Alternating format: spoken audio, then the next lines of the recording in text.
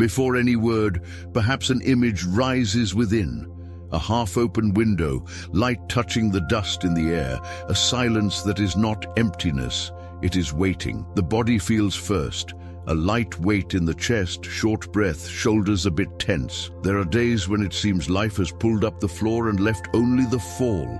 You wake up, do what you must, but inside everything feels suspended, as if something essential had been forgotten in a room without a key. If that is your case, stay. Here no one rushes your pain. Here your feeling has a place, a name, a dignity. I see you, and in a way, I also see the quiet courage that brought you to this moment. In an inner room within ourselves, there is a point where the storm has no command. Viktor Frankl called this intimate region the last freedom, where even when everything outside is bars and limits, we still have the power to choose the attitude with which we respond. It isn't magic. It isn't a denial of what hurts. It is a small space, sometimes tiny, where awareness touches responsibility and whispers, I can still respond. I can still make meaning. It is a thread of gold crossing the darkness. When we notice this thread, something shifts. The circumstance remains the same, but we are no longer exactly the same before it. Perhaps you're tired of trying to control the uncontrollable. The mind runs to the past and to the future,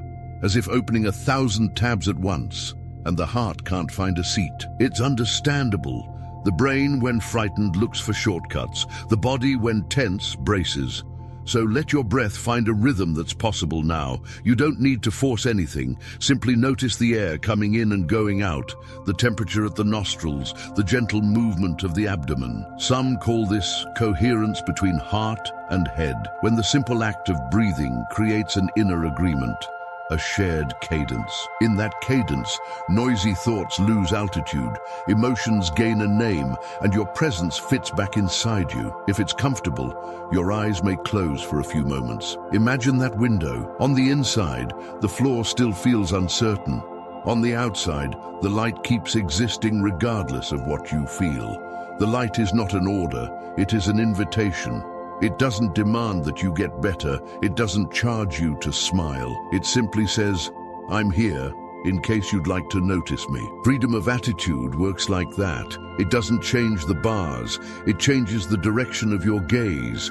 And when the gaze shifts a little, the body shifts a little, and the mind finds a place to rest. Maybe you've been told many times that you must be strong. Maybe you learned to raise walls to survive. Only strength without truth weighs too much. True steadiness is soft. It respects the cracks, recognizes where it hurts, and still offers itself to meaning. Suffering ceases to be suffering at the moment it finds meaning, wrote Frankl. Not because the pain disappears, but because it organizes itself within a direction. When pain organizes itself, you don't mistake yourself for it. You feel it, but you are not it. You pass through it, but you don't live in it. Think about your past few weeks. How many times did you find yourself on autopilot, repeating habits that don't feed the soul? How many times did you seek quick relief and feel emptier afterward? There is no guilt here. There is humanity, and there is a possible adjustment.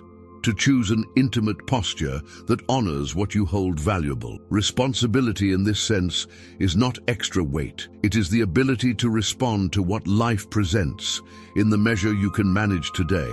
It is a small, real, concrete gesture. Sometimes it is simply getting up and opening the window. Sometimes it is sending that message you've been postponing. Sometimes it is just breathing more slowly for 3 minutes. The gesture is small. The meaning is large. Notice how, little by little, the body also takes part in this conversation. When the breath slows down, the heart signals to the brain that there is room. When the chest yields a little, the mind can choose a different sentence, a different silence, a gentler next step. This is how spirituality meets emotional neuroscience in daily practice, not in grand promises, but in micro-alliances between sensation, thought, and value. You don't need to believe in anything extraordinary right now. It's enough to notice the ordinary with more presence, the touch of fabric on your skin, the sound in the background, life happening in spite of it all. A question may arise, but what if I can't handle it? No one handles everything. Liberation begins when you stop demanding the impossible of yourself and start choosing the possible within reach of your hand today. There is tenderness in accepting limits. There is dignity in recognizing exhaustion. From there, curiously, the strength that seemed absent appears, not as euphoria but as solid ground, not as noise but as direction. Keep this image. A cell with a window. You didn't choose the bars. You don't control the size of the walls. Even so, there is an opening where the light enters. The window doesn't solve everything, but it orients. It reminds you there is an outside, there is a tomorrow. There are people, there is beauty, there is work to be done, there is rest to be learned. The freedom we will talk about here is born from this simple gesture, looking at the window with honesty and in time, moving toward it to breathe a little better. Allow yourself to ask, without hurry, what truly matters to me now? Which value inside me feels homesick? Which small, almost invisible gesture expresses that value today? These are not questions to answer from the head. They are questions to inhabit. They will accompany us throughout this whole conversation like silent compasses. And even if the answers don't arrive yet, the very act of asking opens a path. When the question is good, the soul lifts its eyes. Before we go on, acknowledge what you've already crossed. The sleepless nights, the difficult conversations, the silences that wound. Acknowledge what you preserved despite everything. Perhaps kindness, perhaps loyalty, perhaps the courage to try again. Meaning lives in these quiet signs. It is not only in great turning points, but in details repeated with love. You are not alone. The universe hears you, and meaning awaits you. And if today nothing in you can believe that, it's okay. I'll believe for a few minutes until your own faith awakens. From here on, we'll walk without hurry. We'll look at the freedom no one can take, at the thirst quenched only by meaning, at the hope that acts, at the pain that transforms without spectacle, at the discreet courage of being responsible, at the bridge born when we serve something greater, and at the scars that tell who we have become, not as recipes but as companions, not as slogans, but as lived truths. At each step, you choose the attitude you wish to experience within the possible. At each step, the window lets a little more light in. If you wish, keep your attention on the breath for a few cycles and imagine that with each inhale, something from the outside visits the inside. A memory of calm, a memory of love, a trace of purpose. And with each exhale, the body returns what it no longer needs to carry. Excess control, useless haste, the fear of feeling. It is simple. It is gentle. It is enough for today. When you open your eyes, inside or out, carry this sentence as one carries a candle lit in the wind. It's not what life does to you. It's what you do with what life does to you. From here on, we go together. The window remains open. So does your presence. And even when everything seems lost, something in you knows the way back home. Sometimes life pushes so hard the body seems to lag behind, and it feels as if someone pulled the ground out without warning. The day goes on, tasks get done, but inside there is a suspended field, an interval that will not pass. In that space, where external things weigh more than you feel able to carry, a small spark usually remains. It does not solve the drama or explain the pain, but it points toward an intimate, almost secret direction where dignity chooses to remain standing even when the knees wobble. That spark asks for neither euphoria nor spectacular courage. It asks only for a presence that recognizes, I can still respond, even a little, even trembling, even if only for now. When Viktor Frankl described this last freedom, a simple and profound path opened. A human being may be prevented from almost everything and still preserve the quiet right to offer a response worthy of their values. The difference between circumstance and attitude is not a distant theory. It is everyday biography. There are days when nothing external complies, yet something within decides how to look, how to name, how to conduct the next gesture. That something does not need to be big, it needs to be true. And truth here means coherence between what one holds sacred and what one enacts inwardly, even if no one sees. Before that minimal coherence, the soul breathes. The heart lowers its guard and the mind finds a step to lean on. The feeling of control is often seductive, but it almost always slips through your fingers.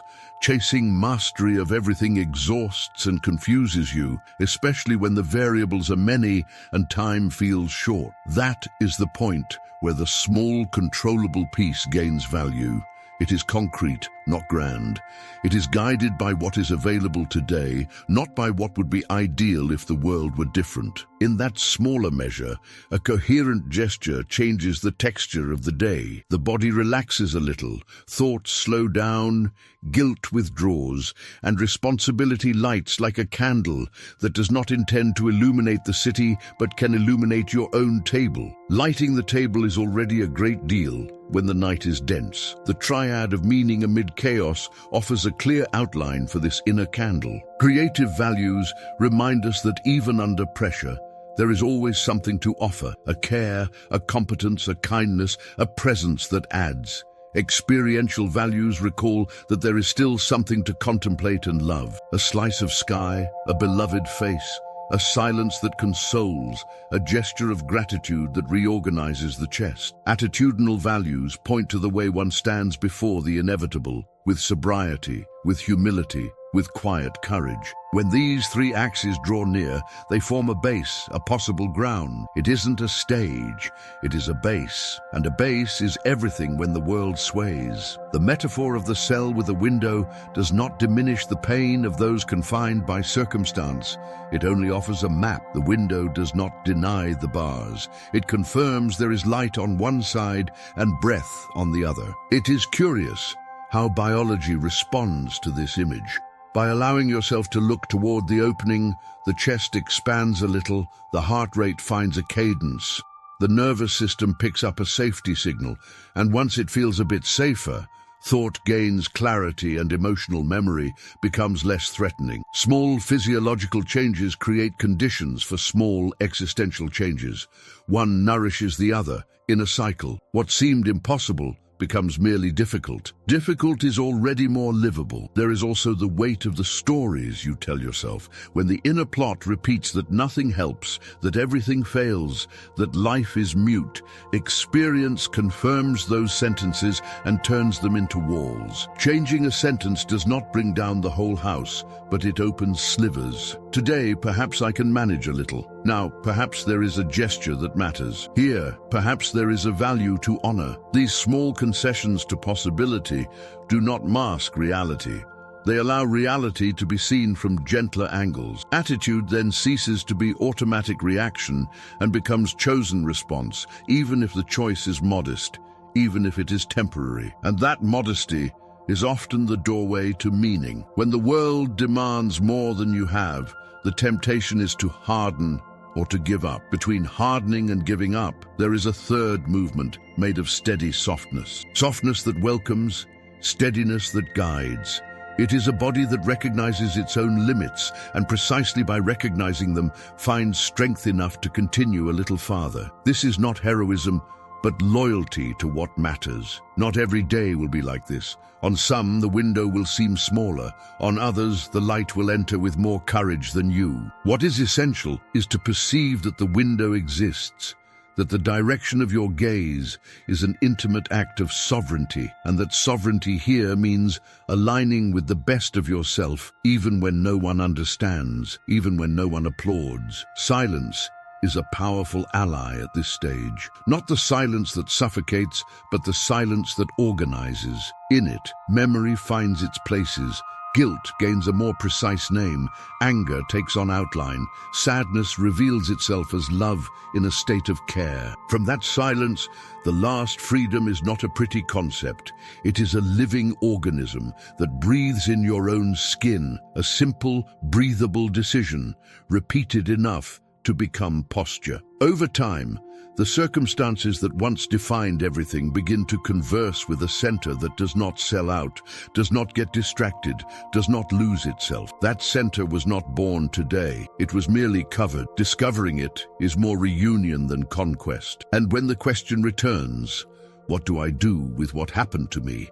Perhaps a quieter answer will present itself. Look to the window, distinguish the controllable piece, honor one value at a time, allow biology and soul to converse without hurry. Between one paragraph and another of your own life, this last freedom sustains the invisible text that gives coherence to what seemed formless. It is there that meaning comes to rest, without spectacle, like a gentle hand upon a tired shoulder. It is there that attitude begins to redraw experience until the ground returns, not because the world changed, but because something essential in you decided to remain lit. There is a kind of weariness born not from the weight of the world, but from the effort of chasing reliefs that slip through your fingers. Morning comes, the day unfolds, and deep inside there is a dryness that can't understand why, after so many small pleasures, the chest still feels hollow. At first it seems like personal failure, as if you lack the skill to be happy, but when the silence is listened to with honesty, another explanation appears. Perhaps what was chosen as a source wasn't water at all. Perhaps it was only salt, and salt deceives. It burns the tongue, offers a spark of taste, promises quick satiety, and with the same speed it flashes, it abandons you. The body notices. The soul notices. The mind tries to explain, invents theories, but the emptiness keeps showing its face. What comes in does not nourish, and what would nourish has not yet found passage. The modern mind has been trained to confuse stimulus with nourishment. Lights, notifications, goals that change every week, small rewards that press the dopamine button and set off quick sensations. The nervous system learns the shortcut: tension, discharge, relief. Tension, discharge, relief. Only relief is not peace. Relief is an interval. Peace is a route. And when you seek peace in objects made to offer only an interval, the body reads that cycle as threat. The heartbeat climbs a little, the breath loses depth, the muscles stay on alert, sleep grows shallow. Pleasure, when treated as an end, creates thirst for itself. It is a short circuit, a brief glimmer, a splinter of sky that cannot carry you along the way. Viktor Frankl called attention to something so discreet it's often forgotten. There is a central will in the human being that is neither the will to pleasure nor the will to power. It is the will to meaning. That will does not scorn pleasure, it repositions it. When pleasure takes the place of destination, it devours the traveler. When meaning leads, pleasure becomes a companion, not a tyrant. This difference redraws the day. Instead of spending energy hunting sensations, your energy begins to seek bonds that express values. And bond is another substance. A bond does not end with novelty. It matures, deepens, nourishes. The joy that is born there is less noisy yet more trustworthy. It doesn't intoxicate, it sustains.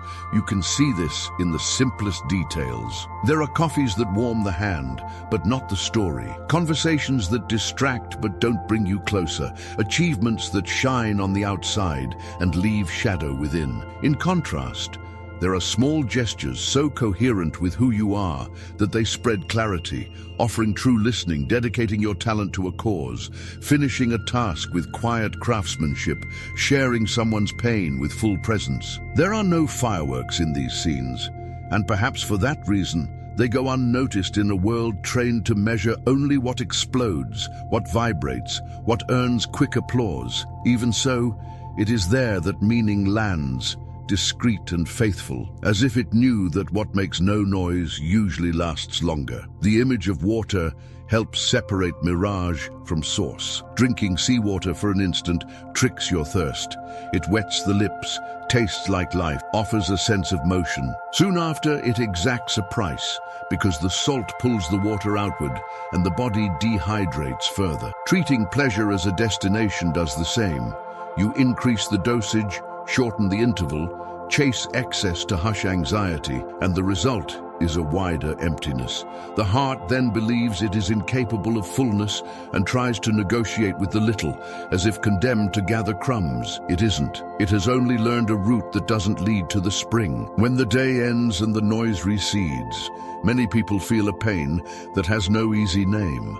not pure sadness, nor pure anger, nor pure fear. It is a tiredness of living by halves. There is an intelligence in this pain. It is not an enemy. It exposes the absence of meaning. The body speaks through mood, fatigue, the feeling of not fitting. The soul speaks through that diffuse longing for something that makes time worthwhile. When you recognize this message without guilt, you make room for silent values to retake the seat of governance. Commitment, care, justice, generosity, beauty, truth. Values are not moral ornaments. They are effective foundations that organize existence.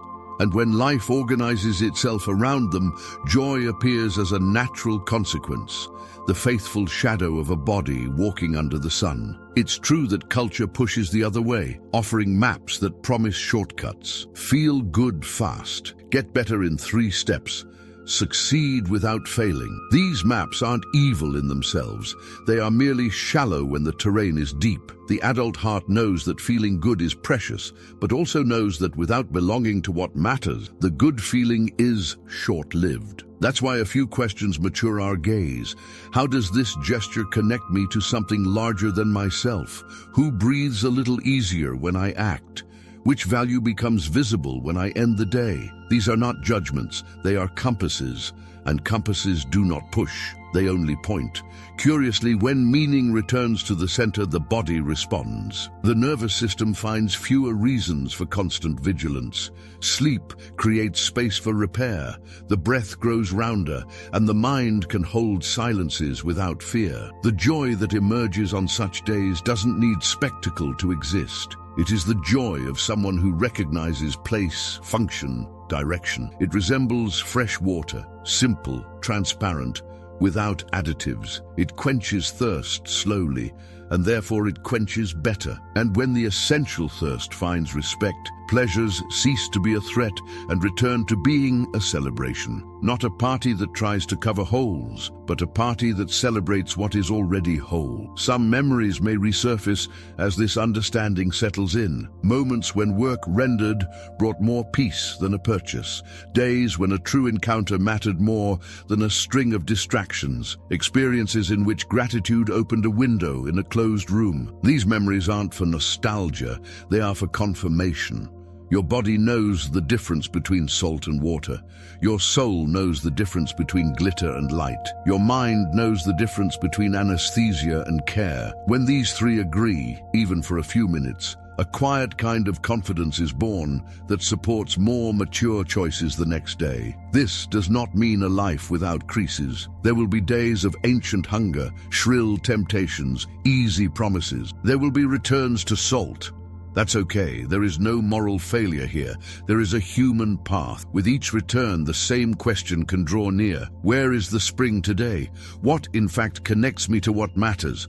How does my presence, in its possible measure, take part in something that exceeds me? When these questions accompany your routine, happiness stops being a trophy running ahead and becomes the trace left by meaning walking beside you, a discrete trace, but constant. And with time, the emptiness loses the authority it thought it had. If upon finishing this passage, you feel like looking at the day from another angle, simply notice that the map has changed. The destination is not to feel good at any cost. The destination is to belong to what is true, and from there, to feel whole when it's time. The cage comes apart when what you seek is not escape, but meaning. And meaning, when it finds a home, turns the same world into another world. Tasks gain density, relationships breathe better, time ceases to be an enemy. That is how essential thirst finds fresh water, and that is how happiness returns to its rightful place.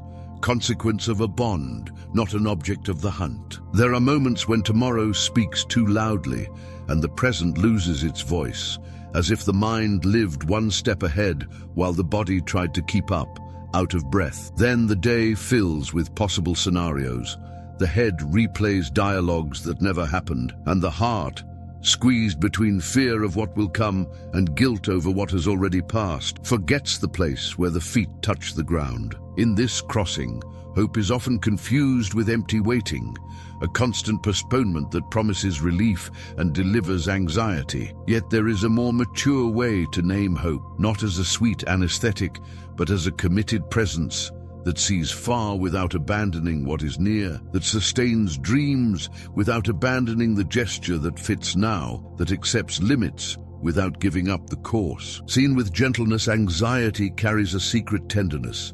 It tries to protect, tries to predict, tries to keep pain from repeating. The problem is the method, not the intention. The brain, in vigilant mode, multiplies scenarios and seeks control on foggy ground. The body, obedient, keeps muscles on alert and breath short. The result is fatigue without action, the tiredness of a path that hasn't begun. At that point, responsibility stops sounding like a burden and comes to mean responsibility, the ability to respond, a fine-tuned alignment between perception and value, between what reality asks and what the soul can offer, here and now, in the possible measure.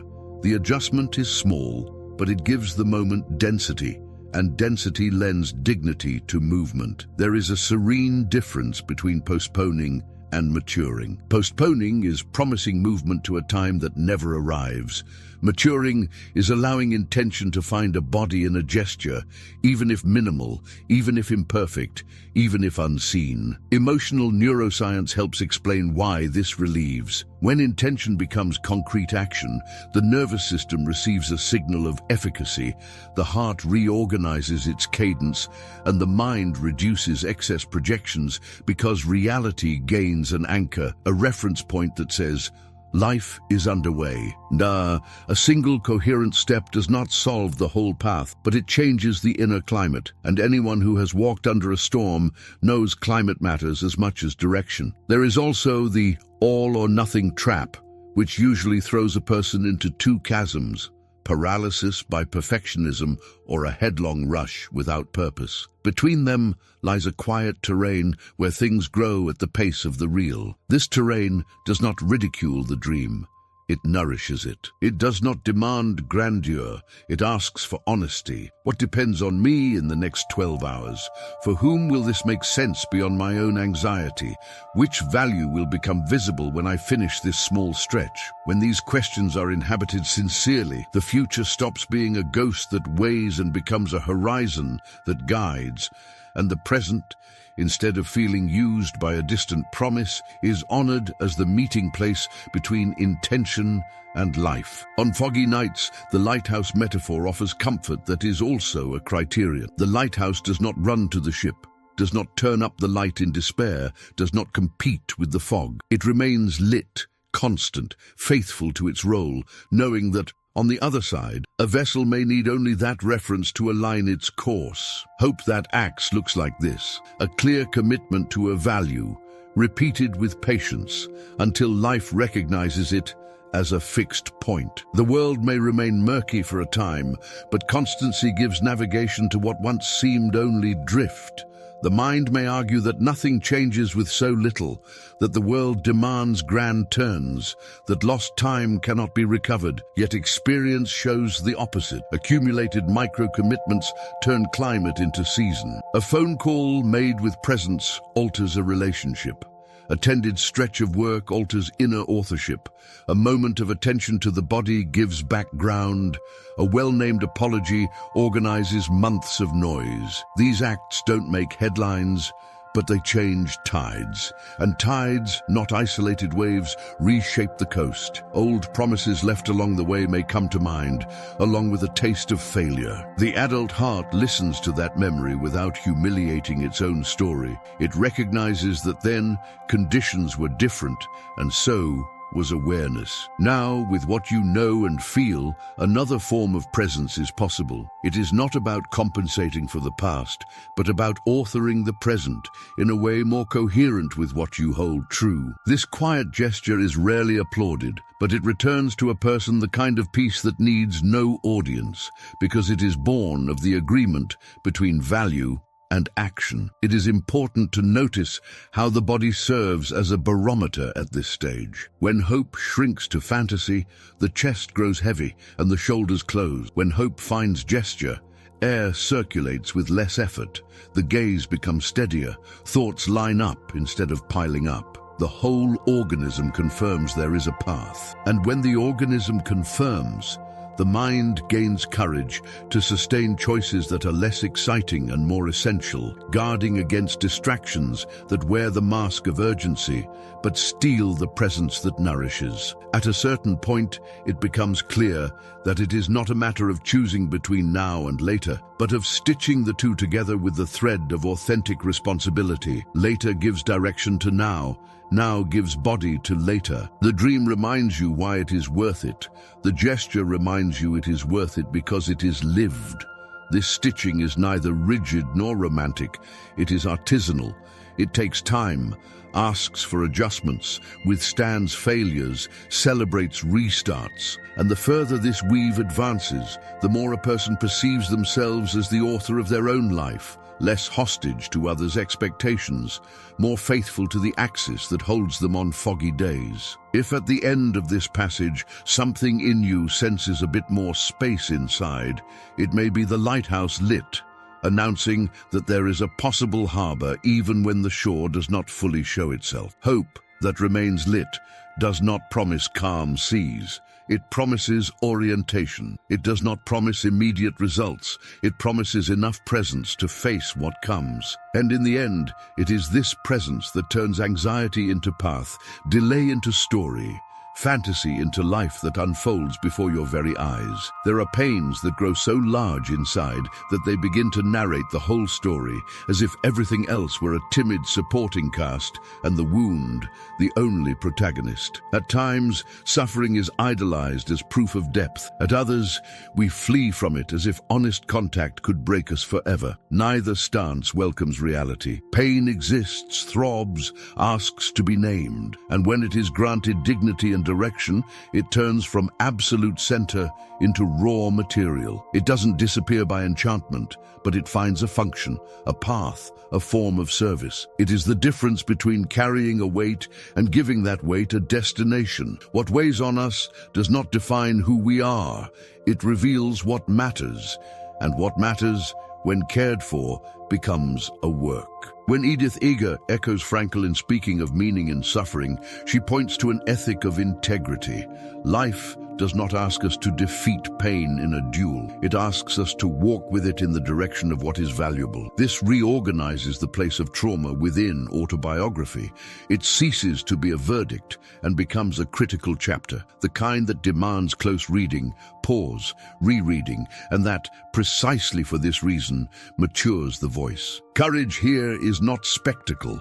It is sobriety, to recognize the wound without turning it into identity, to acknowledge it without hiding it, to let it orient without letting it rule. It is a humble, quiet, patient art. There is physiological wisdom in this crossing. When pain is precisely named, the body eases its defensive urgency. When it finds a minimally stable meaning, the mind reduces rumination. When it touches values, the heart endures longer seasons without despair. Direction doesn't anesthetize, it organizes, and what is organized tires less. Little by little, a person discovers they don't need to prove their suffering to be heard.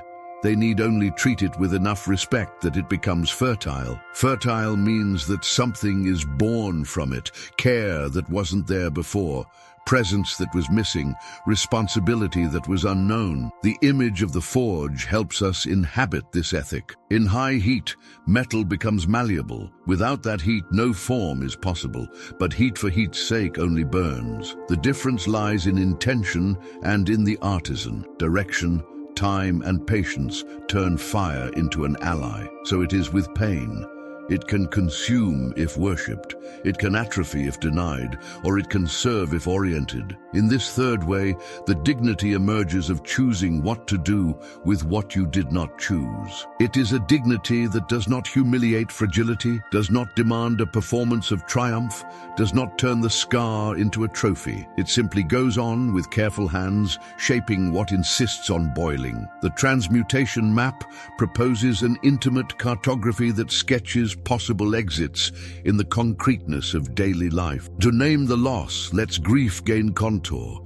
To identify the betrayed value restores a north: loyalty, justice, care, belonging, truth. To choose one small act that honors that value in a different direction sets life circulating again. From grief to mentorship, from failure to contribution, from rejection to a presence that welcomes others who've been rejected, from forced silence to the word that protects. These shifts do not cast artificial light on the wound. They kindle enough light for the hands to work. The temptation often arises to tell and retell the same pain until it becomes the only possible biography. It's understandable, because the mind tries to finish the chapter while hanging on unanswered questions. Even so, when the narrative revolves exclusively around the wound, the body learns the posture of shrinking, as if it were home. Opening windows in that room is not betraying the suffering, it is fidelity to life. Windows mean relationships that sustain, tasks that return authorship, beauty that nourishes the gaze, silence that does not accuse. Small rays reorganize the inner climate, and before long, the pain remains real, but no longer monopolizes the voice. Saying that courage puts pain to work does not suggest embracing suffering as an absolute master. It suggests recognizing in it an energy that, if well tended, can become a loving gesture. A quiet example: someone who suffered abandonment can, without fanfare, become a reliable presence for children waiting in a shelter line. Someone who experienced humiliation can, with sobriety, work to build environments of respect where violence was once normalized. Someone who knew the anguish of error can, with humility, share learnings that keep others from bleeding in the same place. None of this erases what happened, but it gives consequence to what happened, and consequence is a form of healing. It is also common for guilt to surface in the process. Guilt for periods of paralysis, for years when pain governed. The adult heart receives that guilt with compassion, remembering that every era has its resources and that for a long time, mere survival was the only possibility. From the moment a new shore is perceived, the chance opens to walk without humiliation, with a respect that includes one's own lateness. This respect does not relativize the harm suffered. It amplifies the good that is possible. And the good that is possible, however small it looks to tired eyes, when repeated faithfully, weaves wider futures. The metaphor of gold concludes the picture with honesty and hope. A noble metal does not become what it is in spite of the fire, but because of fire well endured. Excessive fire destroys, the right fire purifies. The watchful artisan prevents burning and allows form. In the end, the piece carries the memory of heat as shine, not as burn. That is how you recognize someone who has turned pain into work, not by speeches, but by how the gaze settles, how the presence calms, how simple gestures carry density without drama. Life then becomes larger than the wound, and the wound at last finds its place, not as a throne, but as a workshop where meaning labors in silence. Between the raised arm that asks for help and the clenched fist that promises to save the world, there is a quieter region where life blossoms with less spectacle and more truth. Many oscillate between the narrative of someone who always suffers and the performance of someone who always manages, as if the soul had to choose between asking for comfort or putting on armor. At both extremes, something essential is left out: honest contact with one's own limits, with one's own boundaries, with the real measure of what one can do. Without that contact, victimhood empties authorship, and exhausted heroism hides the exhaustion of someone who fears collapsing. The courage to be responsible is born from this middle path, where one allows oneself to recognize finitude and even so affirm values that guide the crossing. Rollo May called it the courage to be, an inner disposition that does not confuse greatness with the denial of fragility. Courage here is not shouting victory. It is admitting the human portion that tires, that fears, that needs a pause, while sustaining the thread of values that are non-negotiable, even when the knees tremble. This courage does not humiliate pain, does not ridicule fear, does not place joy on the pedestal of impossible certainties. It knows that finitude is not a defect. It is a condition, and within it, meaningful choices become possible. When reality is acknowledged, the heart stops wasting strength trying to seem invincible, and the mind can spend energy where it produces meaning. The inner field reorganizes when responsibility ceases to be a synonym for guilt and comes to mean response. Response to what life asks, response to what conscience points to, response to what values quietly demand. This response is not born of the impulse to please or the compulsion to fix everything. It arises from the intimate agreement between what matters and what is within reach at the moment. In that agreement, the inner victim loses the argument that nothing can be done, and the inner hero loses the habit of promising the impossible. The result is a more sober posture, capable of committing to what is sufficient, that measure that neither overstrains the body nor abandons the soul. There is a subtle seduction in the hero's role. The image is appealing, earns applause, offers a clear identity in a confusing world. Yet when the performance of strength replaces contact with one's own pain, a person distances themselves from themselves to sustain a character that never sleeps. The price is high. Relationships become a stage. Rest turns into a threat. Tenderness feels like weakness. At some point, the body demands, the mind demands, life demands. Recognizing that the hero may be a form of escape does not diminish achievements or erase noble acts. It merely returns humanity to the protagonist, reminding us that the value of an act lies in the care with which it is done, not in the noise it provokes. On the other side, victimhood fixes the lens on harm and steals the capacity to see the real radius of action. When suffering becomes identity, it asks the world for special treatment and suspends responsibility. The wound begins to demand compensations no one can deliver. The heart closes not to protect itself, but to prevent a new version of life from drawing near. By opening the smallest window where air can enter, one perceives that responsibility does not abandon them to their fate. It accompanies them like ground, reminding that there are still possible choices, possible words, possible gestures. Small and true are worth more than grand and false. The body bears witness to these turns. In the performance of invulnerability, the shoulders rise, the jaw hardens, breathing loses depth. In victimhood, the chest collapses and the gaze dims. When quiet courage finds its place, posture reorganizes almost imperceptibly. Air reaches a little deeper. The face relaxes without losing presence. The gaze grows steady without growing hard. It is not a miracle. It is physiology responding to a coherent state. Coherence between value and gesture. Coherence between limit and commitment. Coherence between silence and word. The inner authorization ritual proposes a synthesis of this intimate ethic. By choosing one non-negotiable no, you draw boundaries that protect the soul from excesses, from promises that deplete, from pacts that betray values. By choosing one non-negotiable yes, you make room for what deserves the investment of energy, time, presence. Repeated faithfully over days, this double axis transforms the way conflicts are crossed. It is not about winning or fleeing, but about remaining whole. The no guards the yes, and the yes gives meaning to the no. The body feels this architecture as active rest, a steadiness without aggression. The tightrope metaphor sketches the process precisely. Whoever walks it does not intend never to lose balance again. They know they will lose and regain it countless times. The secret is not to avoid oscillation. It is to dance with it without falling off one's value. The foot seeks the line.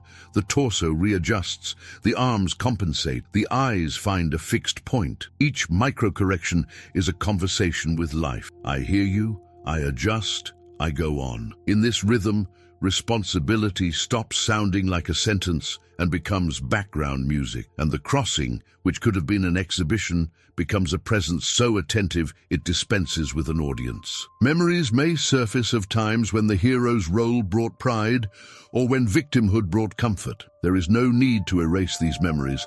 They are fragments of a story that, in its own way, was asking for love. What changes now is the emotional grammar. Instead of love conditioned by performance or tragedy, a love that respects limits and celebrates truth. A more adult love, less blazing and more constant. Those who draw near to this language discover they do not need to prove their worth or justify their pain. They need only live their values with the serenity possible today. In the end, the quiet courage to be responsible makes no noise because it doesn't need to. It recognizes itself in the contours of the everyday, in the firmness with which a boundary is kept without wounding, in the gentleness with which a promise is sustained without haste, in the honesty with which tiredness is admitted and rest is chosen without blame, in the wholeness with which presence is offered where spectacle used to be. Thus, life stops asking for masks and starts asking for coherence. And coherence,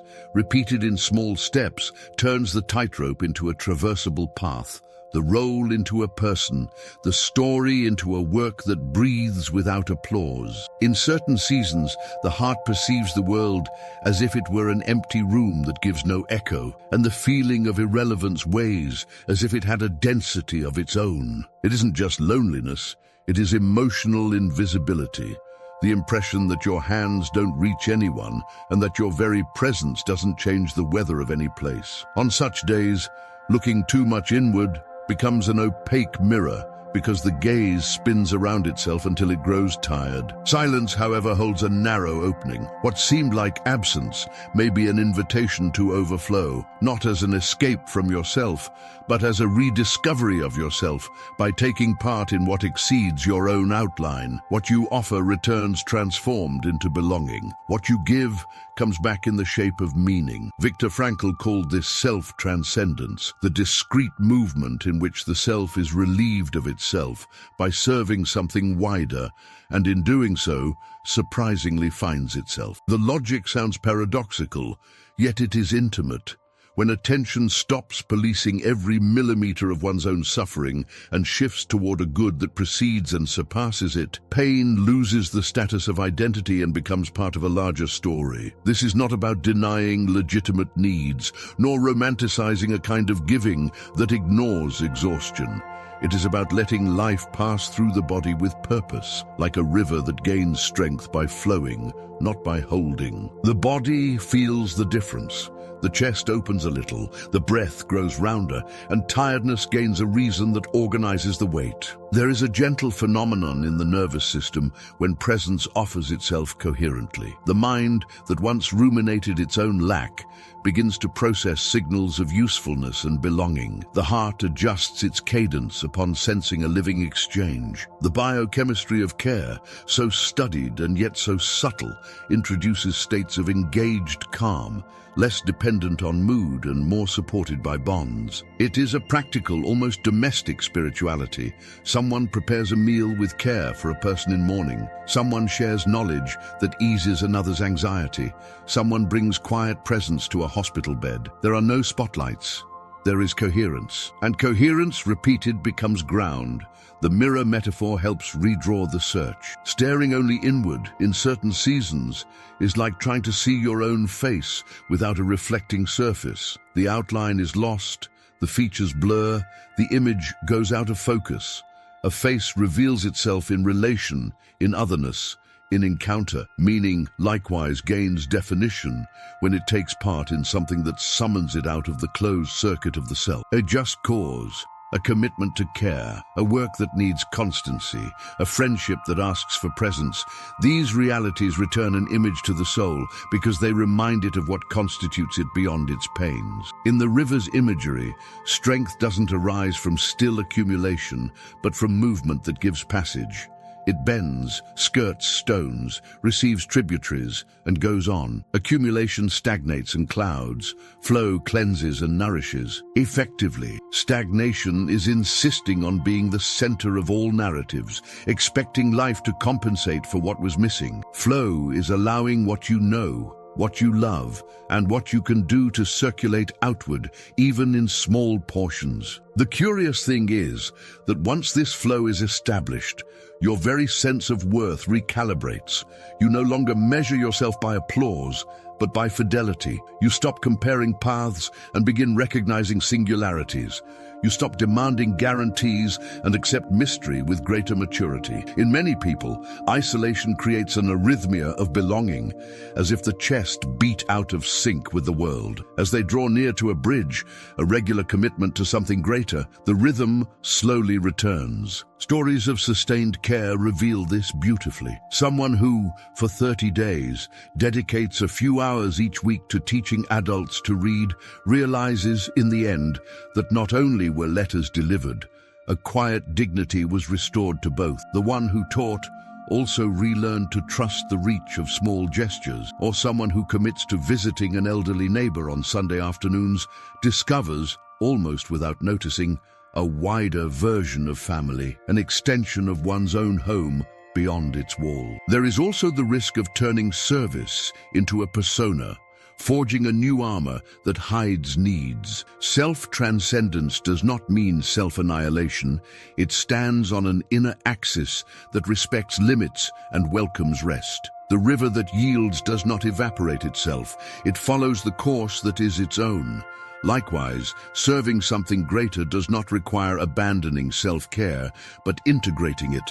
A bridge holds better when its foundations are firm. Meaning then ceases to be a grueling task and becomes a feature of the face, a way of walking, a habit of the heart. A few questions may whisper as the theme settles. Where does my presence tend to flow naturally when I am less afraid? What awakens in me when I notice someone breathing easier because of something I do? In which scenes of regular service, discreet, repeated, almost invisible, does time take on a different quality, as if the clock were cooperating? These questions don't charge, they illuminate. They don't regulate. They tune the ear to recognize the bridge already sprouting. In the end, experience confirms that meaning as a bridge does not promise grand lives. It promises connected lives, connected to intimate truth, connected to real people, connected to causes that remain when fashions pass, connected to the mystery that exceeds us, and precisely for that reason returns us to the essential. The freedom born of this bond is different from the freedom imagined without ties. Here, freedom is moved by belonging, sustained by values, oriented by something that transcends the self and, paradoxically, reveals it. The river finds strength because it yields and flows, not because it piles up. And whoever learns this movement discovers, in the course of themselves, the beauty of being a bridge for others to cross, while crossing together toward wider shores. Suddenly, the narrative that seemed to be moving with some coherence is crossed by a cut, an empty chair at the table, a plan that unravels, a farewell that didn't have enough language. Time goes on, but the story seems to have lost its thread, as if the pages ahead were written in a different hand. The body records this collapse with clear signs. Memory returns to the same point.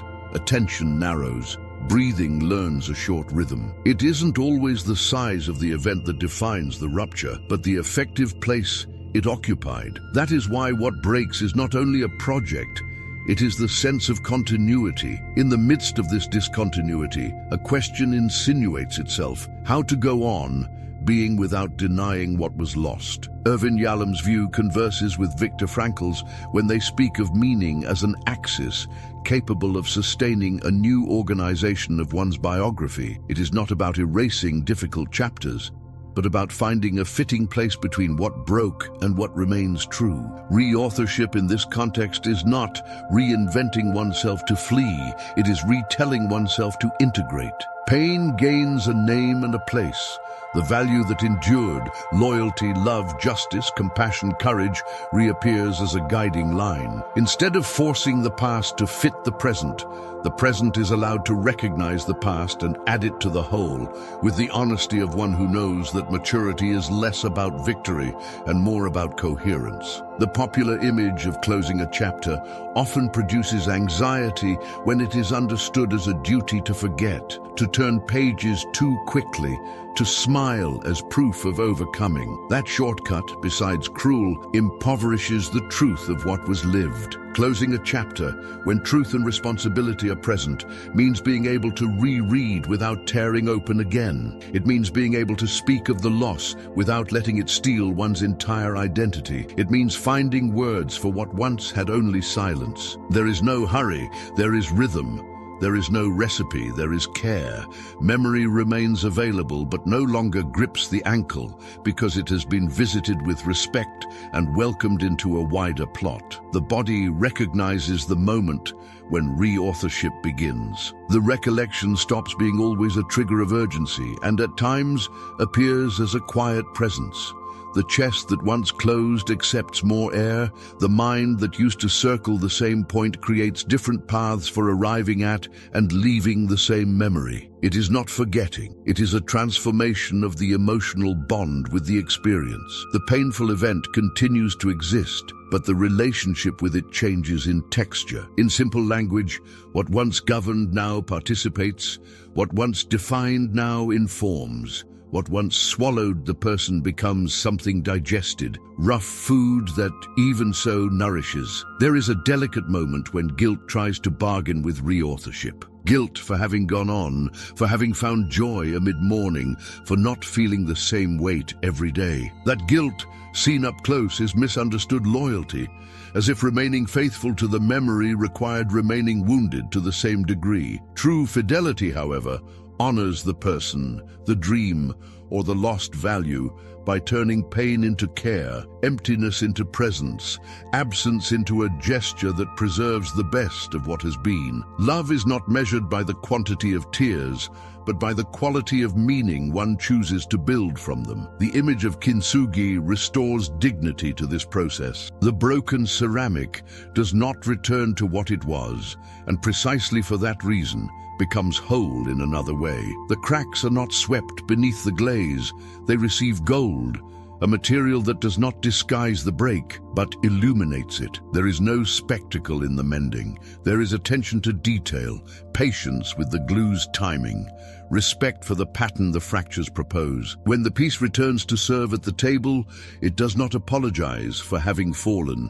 It displays with sobriety the beauty of what was touched, and in being touched, learned another kind of shine. So it is with the biography that retells itself. Its lines of gold are not ostentation, but memory transformed into presence. At some point along the way, the question, "Who am I after this?"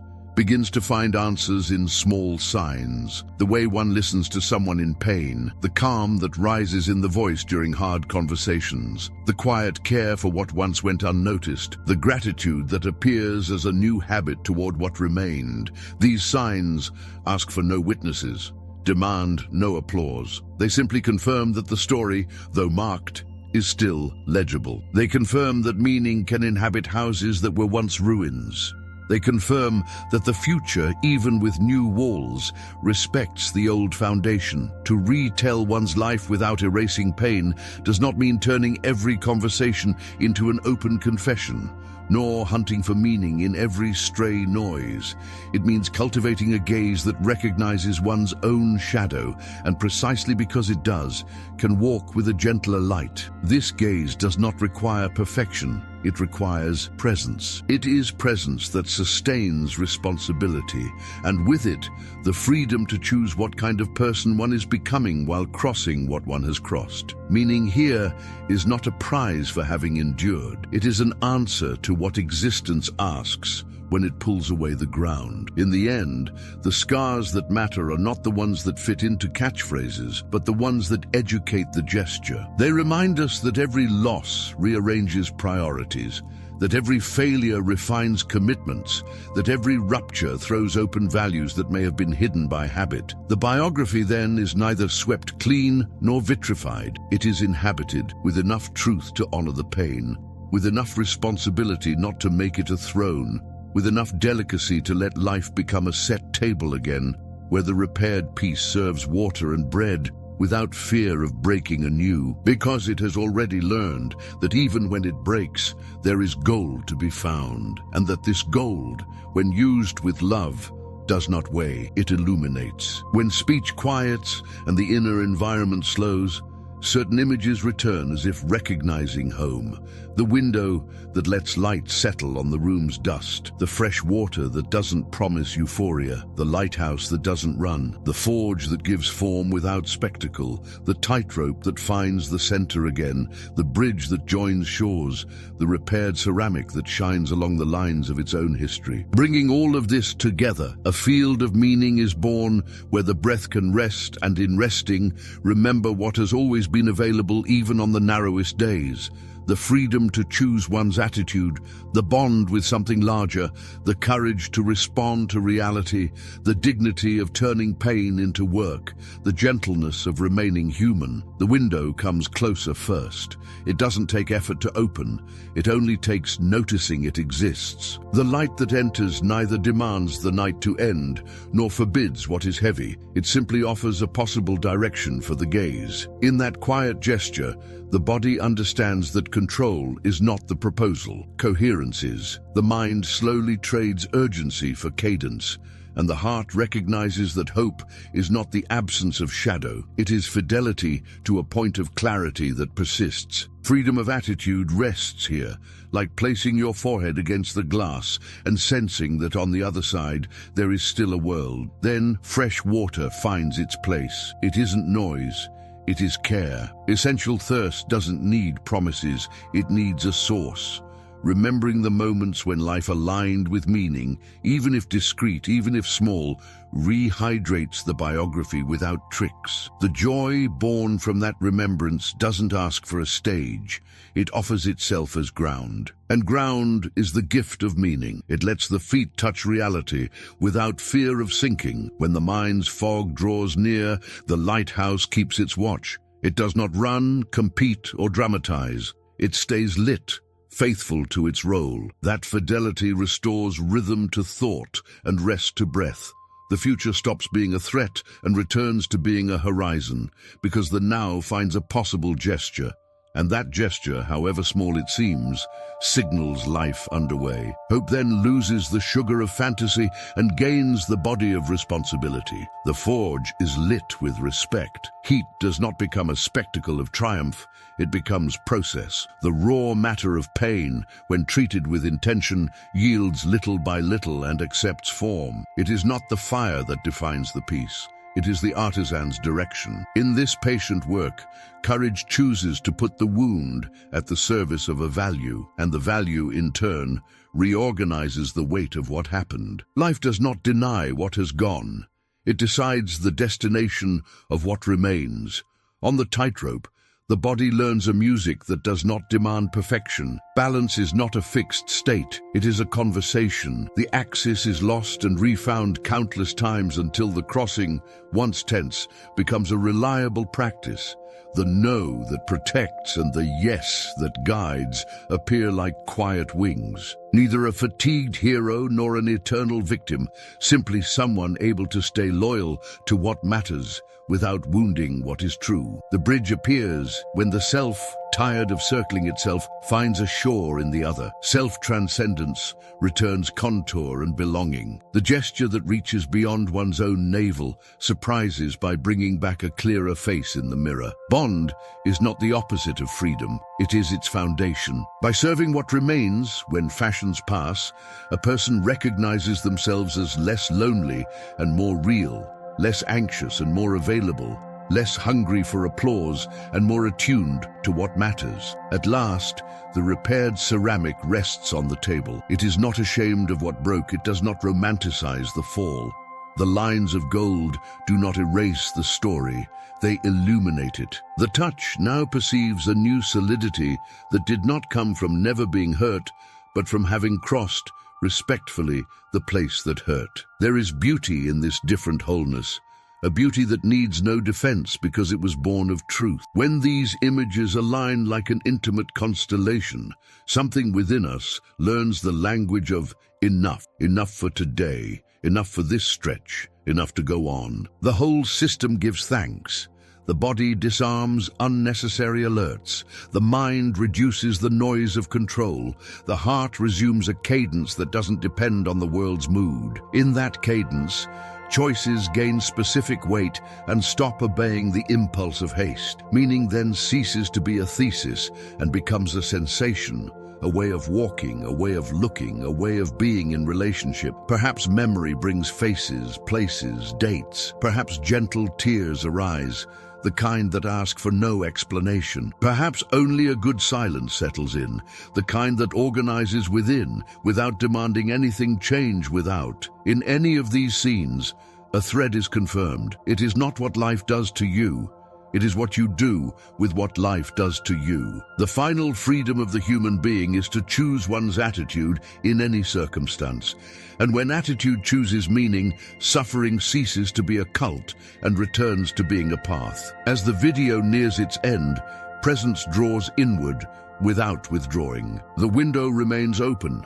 The lighthouse stays lit. The bridge remains available. The forge is ready for future forms. The tightrope is crossable. The fresh water is within reach. The ceramic is useful and beautiful. Life does not go back to what it was, but it becomes whole in another way. And in that other way, you may recognize the sentence that has accompanied each chapter. Discreet, patient, true. You are not broken. You are in transformation.